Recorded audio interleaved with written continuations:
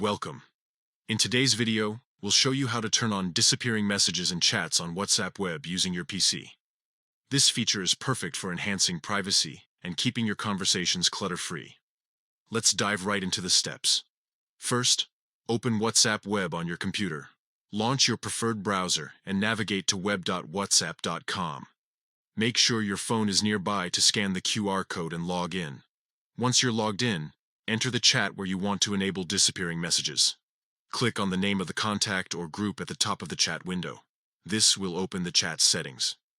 Next, locate and click on Disappearing Messages. A prompt may appear explaining how this feature works. Simply click OK to proceed. Now, choose the time period for messages to disappear. WhatsApp offers 3 options: 24 hours, 7 days, or 90 days. Select the duration that suits your needs best, and that's it. You've successfully enabled disappearing messages for this chat.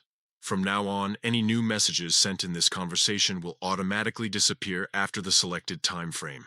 This feature is a great way to maintain privacy and keep your chats organized. If you found this tutorial helpful, be sure to share it with friends who might benefit from it. Thanks for watching, and see you in our next video.